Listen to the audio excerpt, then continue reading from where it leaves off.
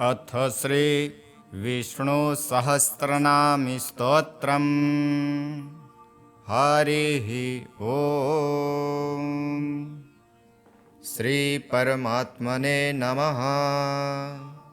नारायणं नमस्कृत्य नरं चैव नरोत्तमं देवीं सरस्वतीं व्यासं ततो जयमुदीरयेत्। ओम अथ सकल सौभाग्यदायकं श्री विष्णु सहस्रनाम स्तोत्रम्। हरिः ओम। शुक्लांबरधरं विष्णुं शशिवर्णं चतुर्भुजं प्रसन्नवदनं ध्याये सर्वविघ्नोपशान्तये। यस्य द्विरद्ववस्त्राढ्यः पारिषद्यः परः सतं विघ्नं निघ्नन्ति सततं विश्वक्सेनं त्रमाश्रये। व्यासं वसिष्ठनप्तारं शक्तेः पौत्रकल्मषं पराशरात्मजं वन्दे सुकतातं तपोनिधिं। व्यासाय विष्णुरूपाय व्यासरूपाय विष्णवे नमो वै ब्रह्मनिधये वासिष्ठाय नमो नमः। अविकाराय शुद्धाय नित्याय परमात्मने सदैकरूपरूपाय विष्णवे सर्वजिष्णवे। यस्य स्मरणमात्रेण जन्मसंसारबन्धनात् विमुच्यते नमस्तस्मै विष्णवे प्रभविष्णवे। नमः समस्तभूतानाम् आदिभूताय भूवृते अनेकरूपरूपाय विष्णवे प्रभविष्णवे। ॐ नमो विष्णवे प्रभविष्णवे। श्रीवैशम्पायन उवाच। श्रुत्वा धर्मान् शेषेण पावनानि च सर्वशः युधिष्ठिरः शान्तनवं पुनरेवाभ्यभाषत। युधिष्ठिर उवाच। किमेकं दैवतं लोके किं व्यापेकं परायणं स्तुवन्तः कं कमर्चन्तः प्राप्नुयुर्मानवः शुभं। को धर्मः सर्वधर्माणां भवतः परमो मतः किं जपन्मुच्यते जन्तुर्जन्म संसारबन्धनात्। भीष्म उवाच।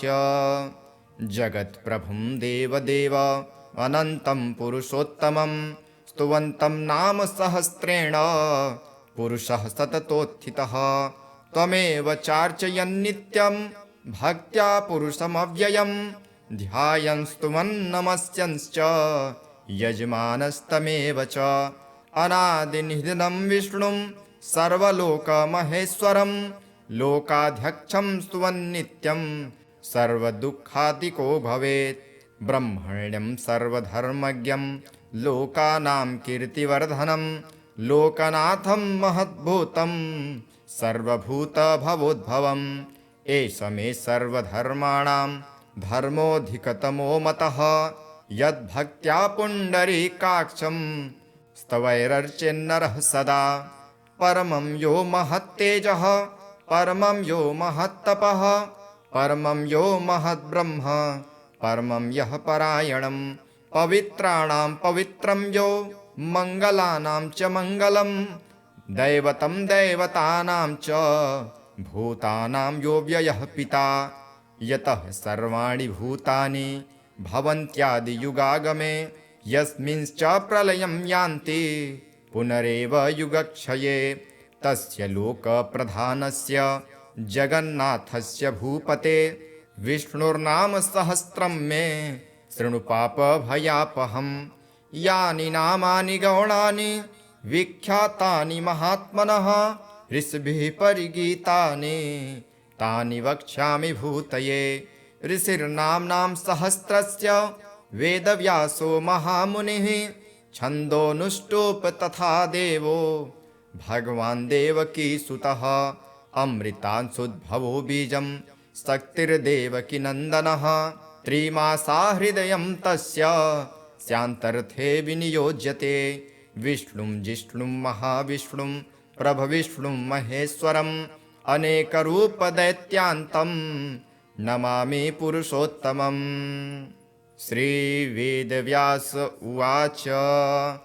ॐ अस्य श्रीविष्णुदिव्यसहस्रनामस्तोत्रमहामन्त्रस्य श्रीवेदव्यासो भगवान् ऋषिः अनुष्टुप्छन्दः श्रीमहाविष्णुपरमात्मा श्रीमन्नारायणो देवता अमृतांशुद्भवो भानुरिति बीजं देवकीनन्दनः स्रष्टेति शक्तिः उद्भवः क्षोभणो देव इति परमो मन्त्रः शङ्खबृन्नन्दकी चक्रिति किलकं सारङ्ग धन्वा गदाधर इत्यस्त्रं रथाङ्गपाणिरक्षोभ्य इति नेत्रं त्रिसामासामगः सामेति कवचम् आनन्दं परं ब्रह्मेति योनिः ऋतिः सुदर्शनः काल इति दिग्बन्धः श्रीविष्णुरूप इति ध्यानम् श्रीमहाविष्णुप्रीत्यर्थे सहस्रनामस्तोत्रपाठे विनियोगः।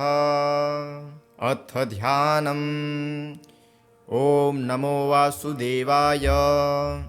शान्ताकारं भुजगशयनं पद्मनाभं सुरेशं विश्वाधारं गगनसदृशं मेघवर्णं शुभाङ्गं लक्ष्मीकान्तं कमलनयनं योगभिर्ध्यानगम्यं वन्दे विष्णुं भवभयहरं सर्वलोकैकनाथं मेघश्यामं पितकौशिवेयवासं श्रीवत्साङ्गं कौस्तिभोभासिताङ्गं पुण्यपेतं पुण्डरीकायताक्षं विष्णु वन्दे सर्वलोकैकनाथं नमः समस्तभूतानामादिभूताय भूवृते अनेकरूपरूपाय विष्णवे प्रभविष्णवे शङ्खचक्रं सकिरीटिकुण्डलं सपीतवस्त्रं सरिसूरिहेक्षणं सहारवक्षस्थलकौस्तुभस्त्रियं नमामि विष्णुं शिरसा चतुर्भुजं छायायां पारिजातस्य हेमसिंहासनोपरि आसीनमं बुधश्याम मायताक्षमलं कृतं चन्द्राननं चतुर्बाहुं श्रीवत्साङ्कितवक्षसं रुक्मिणी सत्यभामाभ्यां सहितं कृष्णमाश्रयेत्। अथ स्तोत्रम्। ॐ विश्वं विष्णुर्वषट्कारो भूतभव्यभवत्प्रभुः भूतकृद्भूतभृद्भावो भूतात्मा भूतभावनः भूतात्मा परमात्मा च मुक्तानां परमागतिः अव्ययः पुरुषः साक्षी क्षेत्रज्ञोऽक्षर एव च योगो योगविदां नेता प्रधानपुरुषेश्वरः नारसिंह वपुः श्रीमान् केशवः पुरुषोत्तमः सर्वः सर्वः शिवः स्थाणुर्भूतादिर्निधिरव्ययः सम्भवो भावनो भर्ता प्रभवः प्रभुरीश्वरः स्वयंभुः शम्भुरादित्यः पुष्कराक्षो महास्वनः अनादिनिधिनो धाता विधाता धातुरुत्तमः अप्रमेयो ऋषिकेशः पद्मनाभो मरप्रभुः विश्वकर्मा मनुस्त्वष्टा स्थविष्ठस्थविरो ध्रुवः अग्राह्य शाश्वतः कृष्णो लोहिताक्षः प्रतर्दनः प्रभुतस्त्रिककुब्धाम पवित्रं मङ्गलं परम् ईशानः प्राणदः प्राणो ज्येष्ठः श्रेष्ठः प्रजापतिः हिरण्यगर्भो भूगर्भो माधवो मधुसूदनः ईश्वरो विक्रमी धन्वी मेधावी विक्रमः क्रमः अनुत्तमो दुराधर्षः कृतज्ञः कृतिरात्मवान् सुरेशः शरणं शर्म विश्वरेतः प्रजाभवः अह संवत्सरो व्यालः प्रत्ययः सर्वदर्शनः अजः सर्वेश्वरः सिद्धः सिद्धिः सर्वादिरच्युतः वृषाकपिरमेयात्मा सर्वयोगविनिःसृतः वसुर्वसुमनः सत्यः समात्मा सम्मितः समः अमोघः पुण्डरीकाक्षो वृषकर्मा वृषाकृतिः रुद्रो बहुशिरा बभ्रुर्विश्वयोनिः शुचिस्रवः अमृतः शाश्वतस्थाणुर्वारारोहो महातपः सर्वगः सर्वविद्वानुर्विश्वक्सेनो जनार्दनः वेदो वेदविद्व्यङ्गो वेदाङ्गो वेदवित्कविः लोकाध्यक्षः सुराध्यक्षो धर्माध्यक्षः कृताकृतः चतुरात्मा चतुर्व्यूहश्चतुर्दंष्ट्रचतुर्भुजः भ्राजिष्णुर्भोजनं भोक्ता सहिष्णुर्जगदादिजः अनघो विजयो जेता विश्वयोनिः पुनर्वसुः उपेन्द्रो वामनः प्रांशुरमोघः शुचिरुर्जितः अतीन्द्रः संग्रहः सर्गो धृतात्मा नियमो यमः वेद्यो वेदः सदा योगी वीरः माधवो मधुः अतीन्द्रियो महामायो महोत्साहो महाबलः महाबुद्धिर्महावीर्यो महाशक्तिर्महाद्युतिः अनिर्देश्यः वपुः श्रीमान् हेयात्मा महादृघृक महेश्वासो महीभर्ता श्रीनिवासः सतां गतिः अनिरुद्धः सुरानन्दो गोविन्दो गोविदापतिः मरीचिर्दमनो हंसः सुपर्णो भुजगोत्तमः हिरण्यनाभः सूतपा पद्मनाभः प्रजापतिः अमृत्युः सर्वदृक्सिंहः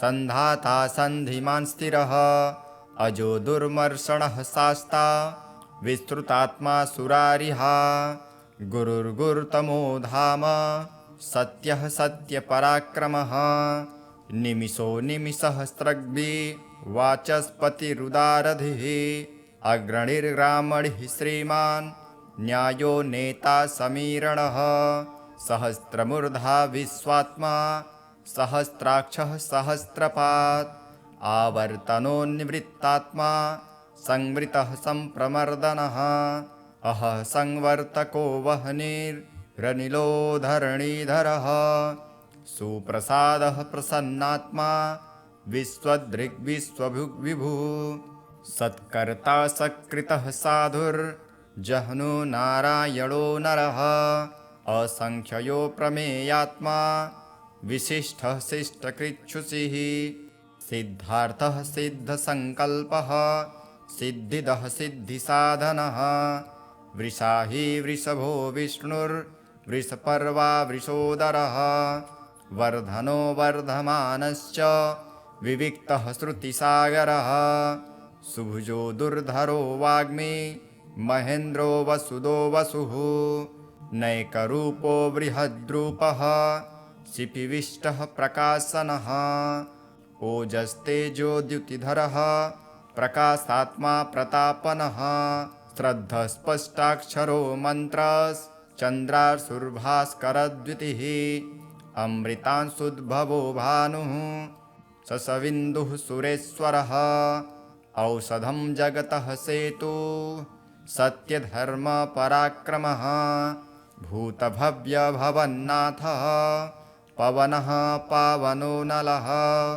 कामः कामकृत्कान्तः कामः कामप्रदः प्रभुः युगदादिकृद्युगावर्तो नैकमायो महासनः अदृश्यो व्यक्तरूपश्च सहस्रजिदनन्दजित इष्टो विशिष्टशिष्टेष्टः शिखण्डी नहुषो वृषः क्रोधः क्रोधकृत्कर्ता विश्वबाहुर्महीधरः अच्युत प्रथितः प्राणः प्राणदो वासवानुजः अपानिधिरधिष्ठान अप्रमत्तः प्रतिष्ठितः स्कन्धः स्कन्धधरो दुर्यो वरदो वायुवाहनः वासुदेवो बृहद्भानुरादिदेवः पुरन्दरः अशोकशास्तरणस्तारः सुरः शौरिर्जनेश्वरः अनुकूलः सतावर्तः पद्मी पद्मनिभीक्षणः पद्मनाभोरविन्दाक्षः पद्मगर्भः शरीरभृत महर्धिरिग्धो वृद्धात्मा महाक्षो गरुडध्वजः अतुलः शरणो भीमः समयज्ञो हविर्हरिः सर्वलक्षणलक्षण्यो लक्ष्मीमान् समितिञ्जयः विक्षरो रोहितो मार्गो हेतुर्दामोदरः सहः महीधरो महाभागो वेगवानमितासनः उद्भवः क्षोभणो देवः श्रीगर्भः परमेश्वरः करणं कारणं कर्ता विकर्ता गहनो गुहः व्यवसायो व्यवस्थानः संस्थानस्थानदो ध्रुवः परधिः परमस्पष्ट तुष्टः पुष्टः सुवेक्षणः रामो विरामो विरजो मार्गो नेयो नयो नयः विरह शक्तिमतां श्रेष्ठो धर्मो धर्मविदुत्तमः वैकुण्ठः पुरुषः प्राणः प्राणदः प्राणवः पृथुः हिरण्यगर्भः शत्रुघ्नो व्याप्तो वायुरवोच्छजः ऋतुः सुदर्शनः कालः परमेष्ठी परिग्रहः उग्रः संवत्सरो दक्षो विश्रामो विश्वदक्षिणः विस्तारः स्थावरस्थाणुः प्रमाणं बीजमव्ययम् अर्थोऽनर्थो महाकोशो महाभोगो महाधनः अनिर्विर्णः स्थविष्ठोर्भुर्धर्मयूपो महामखः नक्षत्रनेमिर्नक्षत्रे क्षमः क्षामः समीहनः यज्ञ इज्यो महेज्यश्च क्रतुः सत्रं सतां गतिः सर्वदर्शी विमुक्तात्मा सर्वज्ञो ज्ञानमुत्तमम् सुव्रतः सुमुखः सूक्ष्मः सुघोषः सुखदः सुहृत् मनोहरो जितक्रोधो वीरबाहुर्विदारणः स्वापनः स्ववशो व्यापी नैकात्मा नैककर्मकृत वत्सरो वत्सलो वत्सी रत्नगर्भो धनेश्वरः धर्मगुप्धर्मकृद्धर्मे सदसच्छरमक्षरम् अविज्ञाता सहस्रांशुर्विधाता कृतलक्षणः गभस्थनेमिः स्वक्तस्थः सिंहो भूतमहेश्वरः आदिदेवो महादेवो देवेशो देवभृग्गुरुः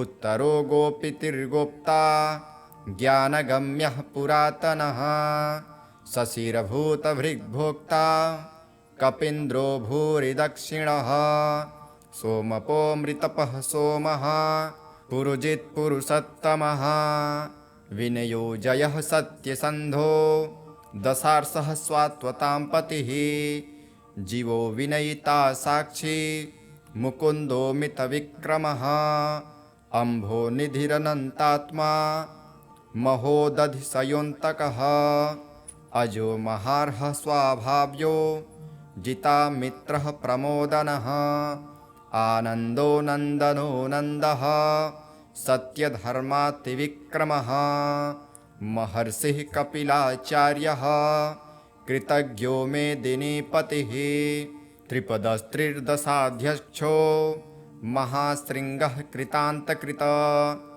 महावराहो गोविन्दः सुषेणः कनकाङ्गदी गुह्यो गभीरो गहनो गुप्तश्चक्रगदाधरः वेदः स्वाङ्गोजितः कृष्णो दृढः सङ्कर्षणोच्युतः वरुणो वारुणो वृक्षः पुष्कराक्षो महामनः भगवान् भगहानन्दी वनमाली हलायुधः आदित्यो ज्योतिरादित्यः सहिष्णुर्गतिसत्तमः सुधन्वाखण्डपरशुर्दारुणो द्रविडप्रदः दिवस्पृकः सर्वव्यासो वाचस्पतिरयो निजः त्रिसामा सामगः साम निर्वाणं भेषजं विशग सन्न्यासकृच्छमः शान्तो निष्ठः शान्तिः परायणं शुभाङ्गः शान्तिदः सृष्टा कुमुदः कुवलेशयः गोहितो गोपतिर्गोप्ता वृषभाक्षो वृषप्रियः अनिर्वर्ती निवृत्तात्मा संक्षिप्ता क्षेमकृच्छिवः श्रीवत्सवक्षा श्रीवासः श्रीपतिः श्रीमताम्बरः श्रीदः श्रीशः श्रीनिवासः श्रीनिधिः श्रीविभावनः श्रीधरः श्रीकरः श्रेयः श्रीमाङ्लोकत्रयाश्रयः स्वच्छः स्वङ्गः सतानन्दो नन्दिर्ज्योतिर्गणेश्वरः विजितात्मा विधेयात्मा सत्कीर्तिश्छिन्नसंशयः उदीर्णः सर्वतश्चूर निशः शाश्वतस्थिरः भूषयो भूषणो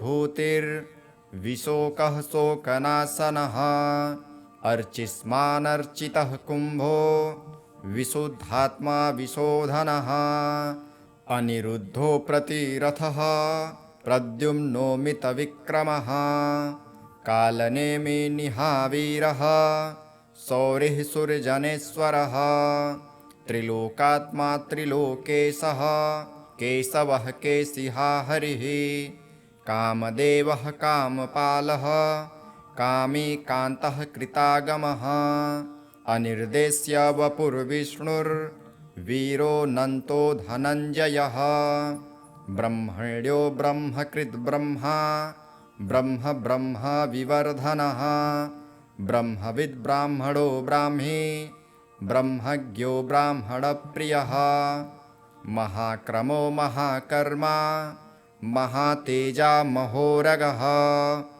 महाक्रतुर्महायज्वा महायज्ञो महाहविः स्तव्यस्तवप्रियः स्तोत्रं स्तुतिस्तोतारणप्रियः पूर्णः पूरयिता पूर्णः पुण्यकीर्तिरनामयः मनोजवस्तीर्थकरो वसुरेता वसुप्रदः वसुप्रदो वासुदेवो वसुर्वसुमना हविः सद्धिः सत्कृतिः सत्ता सद्भुतिः सत्परायणः सुरसेनो यदुश्रेष्ठः सन्निवासः सुयामुनः भूतावासो वासुदेवः सर्वासु निलयो नलः दर्पः दर्पदो दृप्तो दुर्धरोऽथा पराजितः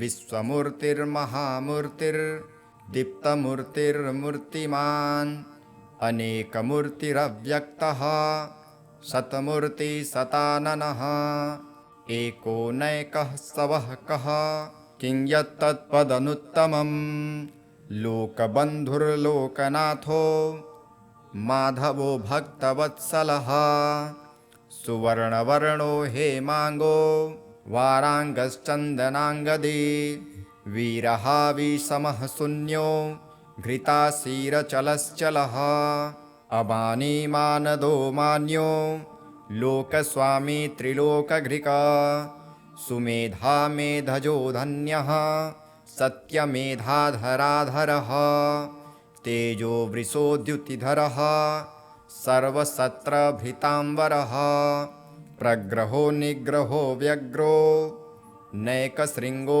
गदाग्रजः चतुर्मूर्तिश्चतुर्बाहुश्चतुर्व्यूहश्चतुर्गतिः चतुरात्मा चतुर्भावश्चतुर्वेदविदेकपात् समावर्तो निवृत्तात्मा दुर्जयो दुरतिक्रमः दुर्लभो दुर्गमो दुर्गो दूरावासो दुरारिहा शुभाङ्गो लोकसारङ्गः सुतन्तुस्तन्तुवर्धनः इन्द्रकर्मा महाकर्मा कृतकर्मा कृतागमः उद्भवः सुन्दरः सुन्दो रत्ननाभः सुलोचनः अर्को वाजसनः शृङ्गी जयन्तः सर्वविजयी सुवर्णबिन्दुरक्षोभ्यः सर्ववागीश्वरेश्वरः महानदो महागर्तो महाभूतो महानिधिः कुमुदः कुन्दरः कुन्दः पर्जन्यपावनो नीलः अमृतासोत्मृतवपुः सर्वज्ञः सर्वतोमुखः सुलभः सुव्रतः सिद्धः शत्रुजिच्छत्रुतापनः न्यग्रोधोदुम्बरो स्वस्थश्चाडुरान्ध्रनिषूदनः सहस्रार्चिर्सप्तजिह्वः सप्तैधाः सप्तवाहनः अमूर्तिरनघोचिन्त्यो भयकृद्भयनाशनः अणुर्बृहत्कृशः स्थूलो गुणभृन्निर्गुणो महान् अधृतः स्वधृतः स्वास्य प्राग्वंशो वंशवर्धनः भारकृत्कथितो योगी योगी सः सर्वकामदः आश्रमः श्रमणः क्षामः सुपर्णो वायुवाहनः धनुर्धरो धनुर्वेदो दण्डो दमयिता दमः अपराजितः सर्वसहो नियन्ता नियमो यमः सत्त्वान् सात्विकः सत्यः सत्यधर्मपरायणः अभिप्रायः प्रियार्होर्हः प्रियकृतप्रीतिवर्धनः विहाय स गतिर्ज्योतिः सुरुचिर्हूतभुग्विभुः रविर्विरोचनः सूर्यः सविता रविलोचनः अनन्तो हूतभुग्भोक्ता सुखदो नैकजोग्रजः अनिर्विर्णः सदामर्षि लोकाधिष्ठानमद्भुतः सनातनतमः कपिलः कपिरव्ययः स्वस्तिदः स्वस्तिकृत् स्वस्ति स्वस्तिर्भुक् स्वस्ति दक्षिणः औरौद्रः कुण्डलीचक्रे विक्रम्युर्जितशासनः शब्दातिगः शब्दसहः शिशिरः सर्वरीकरः अक्रूरः पेशलो दक्षो दक्षिणः क्षमिणान्वरः विद्वत्त्वमो वीतभयः पुण्यश्रवणकीर्तनः उत्तारणो दुष्कृतिः पुण्यो दुःस्वप्ननाशनः वीरः रक्षणः सन्तो जीवन्तः पर्यवस्थितः अनन्तरूपोऽनन्तश्रीर्जितमन्युर्भयापहः चतुर्रस्रो गभीरात्मा विदिशो व्यादिशो दिशः अनादिर्भुर्भुवो लक्ष्मीः सुवीरो रुचिराङ्गदः भीमो भीमपराक्रमः आधारनीलयो धाता पुष्पहासः प्रजागरः ऊर्ध्वगः सत्पथाचारः प्राणदः प्रणवः पणः प्रमाणं प्राणनिलयः प्राणभृत्प्राणजीवनः तत्त्वं तत्त्वविदेकात्मा जन्ममृत्युजरातिगः भूर्भुवः स्वस्तरुस्तारः सविता प्रपितामहः यज्ञो यज्ञपतिर्यज्वा यज्ञाङ्गो यज्ञवाहनः यज्ञभृद्यज्ञकृद्यज्ञे यज्ञभुग्यज्ञसाधनः यज्ञान्तकृद्यज्ञगुह्य मन्नमन्नाद एव च आत्मयोनिः स्वयज्ञातो वैखानः सामगायनः देवकीनन्दनः स्रष्टा क्षितिशः पापनाशनः शङ्खभृक्नन्दकी चक्रे सारङ्गधन्वा गदाधरः रथाङ्गपाणिरक्षोभ्यः सर्वप्रहरणायुधः सर्वप्रहरयायुधः ॐ नमः इति वनमाली गदी सार्ङ्गी शङ्खी चक्री च नन्दकी श्रीमान्नारायणो विष्णुर्वासुदेवोऽभिरक्षतो श्रीवासुदेवोऽभिरक्षतो ॐ नमः इति भीष्म उवाच इतीदं कीर्तनीयस्य केशवस्य महात्मनः नाम्ना सहस्रं दिव्यानामशेषेण प्रकीर्तितं य इदं शृणुया नित्यं यश्चापि परिकीर्तयेत् नाशुभं प्राप्नुयात् किञ्चित् सोमुत्रेह च मानवः वेदान्तगो ब्राह्मणः स्यात् क्षत्रियो विजयी भवेत् वैश्यो धनसमृद्धः स्यात् क्षुद्रः सुखमवाप्नुयात् धर्मार्थे प्राप्नुयार्धर्म अर्थार्थे चार्थमाप्नुयात् कामानवाप्नुयात् कामे प्रजार्थे प्राप्नुयात् प्रजाम् भक्तिमान् यः सदोत्थाय शुचिस्तद्गतमानसः सहस्रं वासुदेवस्य नाम्नामेतत्प्रकीर्तये यः प्राप्नोति विपुलं ज्ञातिप्राधान्यमेव च अचलां श्रेयमाप्नोति श्रेयः प्राप्नोत्यमुत्तमम् न भयं क्वचिदाप्नोति वीर्यं तेजश्च विन्दति भवत्यरोगोऽद्युत्तिमान् बलरूपगुणान्वितः रोगार्तो मुच्यते रोगात् द्वन्द्वो मुच्येत बन्धनात् भयामुच्येत भीतस्तो मुच्येतापन्न आपदः दुर्गाण्यतीतरात्यासु पुरुषः पुरुषोत्तमं तुवन्नाम सहस्रेण नित्यं भक्तिसमन्वितः वासुदेवाश्रयो मार्त्यो वासुदेवपरायणः सर्वपापविशुद्धात्मा यतिब्रह्म सनातनं न वासुदेवभक्तानां न शुभं विद्यते क्वचित् जन्म मृत्योर्जराव्याधि भयं नैवोपजायते